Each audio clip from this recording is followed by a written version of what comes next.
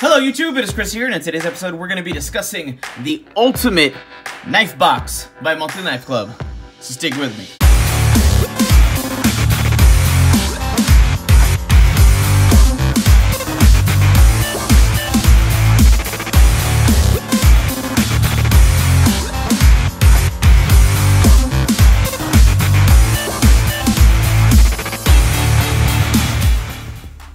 Welcome back everybody, and thank you for sticking with me. In today's episode, like I said, we're going to be discussing the October Ultimate Box by Monthly Knife Club. Now I know I'm a little behind on this, but we got behind because we did some long distance traveling when we were filming the knife maker in the previous video for the Santa Maria Damascus build video, and that cut into about 6 days worth of shooting and filming just to do that one video.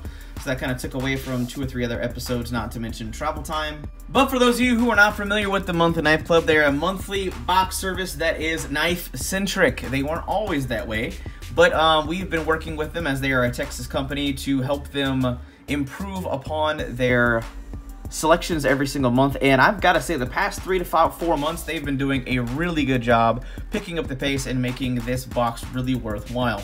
As you can see, we have all this stuff already laid out. There's not a lot of items this month, but the items are pretty darn solid.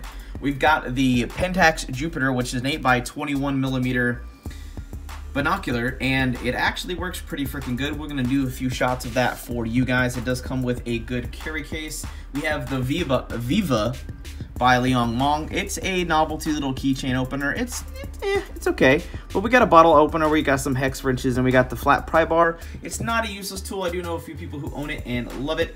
And then we move on to the knives, which I'm really excited about. The very first one we'll talk on is the Kershaw Fixed Tone. It is a budget knife for sure. It's really thinly profiled though, so if you wanted to put this in a pack, anything like your glove box, and kind of just have a spare decent fixed blade knife, you're gonna be good to go. It did actually come pretty sharp out of the box. I wanna say the steel on this is 420 with G10 handles.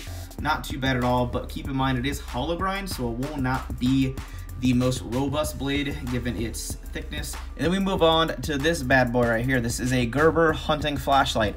I wasn't super thrilled about this particular flashlight, as I've told the company a few different times that I was like, dude, for real? Like, what's up with these polymer flashlights, these plastic flashlights?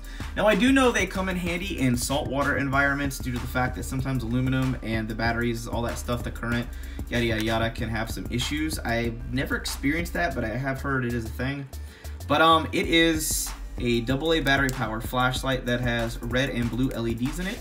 So you can do some blood tracking and night vision, which is pretty freaking neat. This is a knife by Rukai. It's by the same company that does, it's Phoenix Flashlights. Those guys are the ones who make Rukai knives. And I gotta say, like, right off the bat, deep carry pocket clip, comes centered, ball bearing system, really smooth opening, comes really sharp out of the box.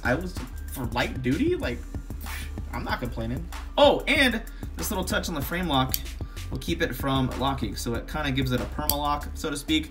It will not make it a fixed blade. No folding knife is a fixed blade. It just doesn't exist. A fixed blade is a fixed blade. But all in all, I still think it's pretty nifty. And last but not least, we are moving to Real Steel, which is a knife brand that they kind of frequent a lot. There is no flipper. I really would like to see a flipper, but that's not the fault of Monthly Knife Club in any way, shape, or form. It's really freaking smooth system, whatever it's on. It literally just wants to snap closed for you. You got a deep carry pocket clip on there. I like the multi-layer G10. It does have pretty good ergonomics. I haven't found any hot spots. They did a pretty good job of chamfering and rounding this stuff off, so it's not uncomfortable. But this is a nice little touch right here on the back of the spine. That's an additional locking mechanism in addition to the liner lock. You will not be able to disengage the liner lock with that closed, which is kind of neat actually. But all in all, I hope you enjoyed the talking points and the test footage that we did show off with these items for the Monthly Knife Club for October 2017. And if you enjoyed this video, give this video a big thumbs up and share this out with your friends and family in your social media networks so we can keep growing, thriving, and making awesome videos for you guys. But that's just a bit for now. Hope you guys have an absolute wonderful day. I'm out.